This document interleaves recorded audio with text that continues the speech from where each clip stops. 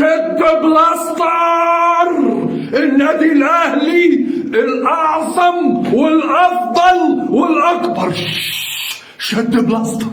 النادي الاهلي الافضل والاعظم والاكبر. هما كلمتين عايزهم يوصلوا لكل جماهير الكره المصريه النهارده. اللي يقول لك النادي الاهلي بيكسب بالتحكيم قول له بيتلغي له هدف صحيح 100% وبيجيب مكانه 1 و2 و3.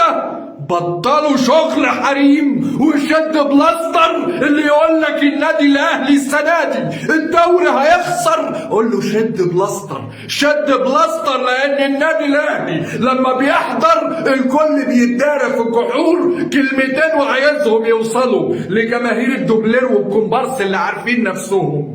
يا كدابين، امام عاشور اللي ما جابش ربع مستواه ولا تمن ولا بتقولوا ايه؟ شايفينه النهارده هداف الدوري العام برصيد 11 هدف. هو ده النادي الاهلي. النادي الاهلي النهارده بيركب الدوري برباعيه مفيش بعد كده. الكل سجل. امام عاشور بداها، امام عاشور ختمها. وشكوا عامل ازاي؟ وشكوا عامل ازاي يا بتوع التحكيم المصري؟ يا اللي كنتم بتطلبوا التحكيم الاجنبي. شفتوا النادي الاهلي اتظلم لكن ربنا ظهر الحق النهارده مفيش حد يقدر يقول لك اصل النادي الاهلي بيكسب وبيتجامل. النادي الاهلي بيتجامل. النادي الاهلي في الدوري ده ويمكن في 2 قبليه من اكتر الانديه اللي اتظلمت. لكن النادي الاهلي بيعرف ياخد حقه ازاي وبيعرف يتعامل. مش بيتجامل. لكن اللي مدبدب في الارض وعمال يمشي في موضوع المظلوميه الوصيف راح.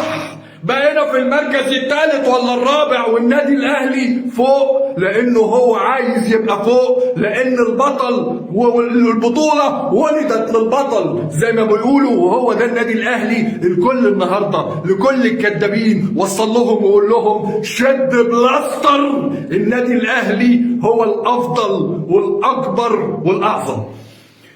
ربنا بيحب اللي بيشتغل، ما بيحبش اللي بيقعد يولول ويخترع الحجج ويقول اصل كل الناس بتعاديني، اصل كل الناس عامله عليا مؤامرات، اصل الكون كله بيتآمر عليا. اكبر دليل هدف للنادي الاهلي.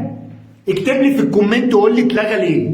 قول لي اتلغى ليه. قول لي اتلغى ليه. طيب انا بقى هقول انه اتلغى وقرار الغائه صحيح. شوف بقى تخيل اقول لك ايه. طيب النادي الاهلي سكت، قعد يولول، طلع بيانات، قال لك التحكيم بيظلمني، قال لك انا طلعت من مباراه التحكيم اللي عمل فيا كده، ولا جاب التاني والتالت والرابع عشان ياكد ان انا جاي الدوري بكسب حرس الحدود ب5 وبكسب النهارده بالمصري اللي هو ايه؟ اللي هو الرابع، اللي هو عمل معايا انا كزمالك، اتعادل معايا وكان اقرب الى الفوز بشق الانفس. اتعادلت معاه. النهارده النادي الاهلي بيقول ايه؟ بيقول انا جاي اعلم على الكل. انا جاي اعلم على الكل النهارده رابع.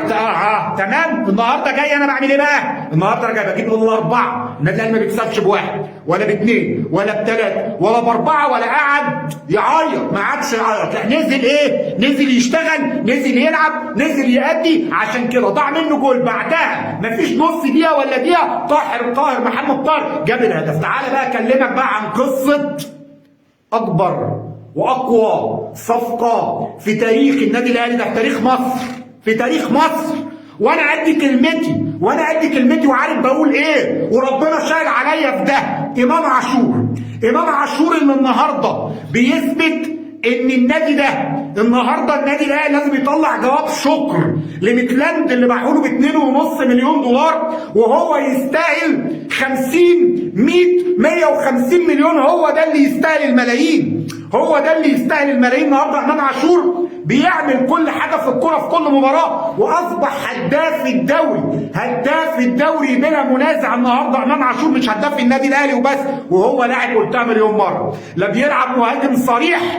اما المهاجمين اللي بيلعبوا مهاجم صريح في انديتهم مش عارفين يوصلوا للي بيعمله امام عاشور. النهارده النادي الاهلي بيقول خلاص ركب الدوري، بقى اعلى نتيجه واعلى. النهارده النادي الاهلي كام نقطه؟ النهارده 49 نقطه، رصيد 49 49 نقطه. اصبح النادي الاهلي لما بيركب بيقدر رجليه محدش بيعرف ينزله. ان النادي الاهلي السنه دي الدوري هيخسر. اها شد بلاستر. شد بلاستر.